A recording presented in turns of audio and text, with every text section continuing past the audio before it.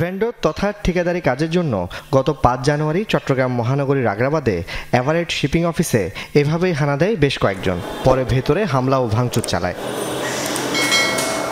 গত কয়েক মাসে প্রায় ঘটছে এমন ঘটনা। বিভিন্ন রাজনৈতিক দলের নেতাকর্মী পরিচয়ে অফিসে হানা দিচ্ছে ভেন্ডরের চিঠির জন্য। রীতিমতো আতঙ্কে অফিসের মালিক ও কর্মীরা। এই ব্যবসাটাকে যেন আমরা টিকিয়ে রাখতে পারি, আর ব্যবসা যদি আমরা টিকিয়ে রাখতে হলে আমাদেরকে করতে হবে নিয়মের মধ্যে যেতে হবে। এখানে কোনোভাবে জোর জবরদস্তি করে আসলে কখনো কোনো কিছু করা যায়ও না, করা উচিত না।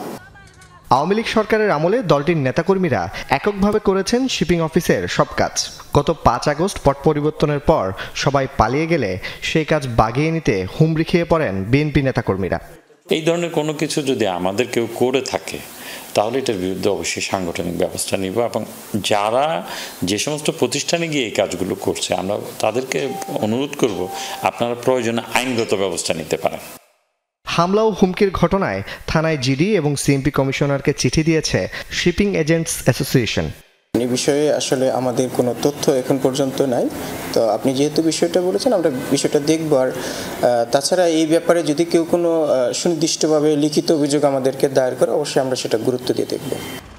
মূলত চট্টগ্রাম বন্দরে আসা বাণিজ্যিক জাহাজে মালামাল সাপ্লাই করেন ভেন্ডর লাইসেন্সধারীরা। একসময় কদর না থাকলেও গত ১০-১৫ বছর ধরে এটি লোভনীয় ব্যবসা।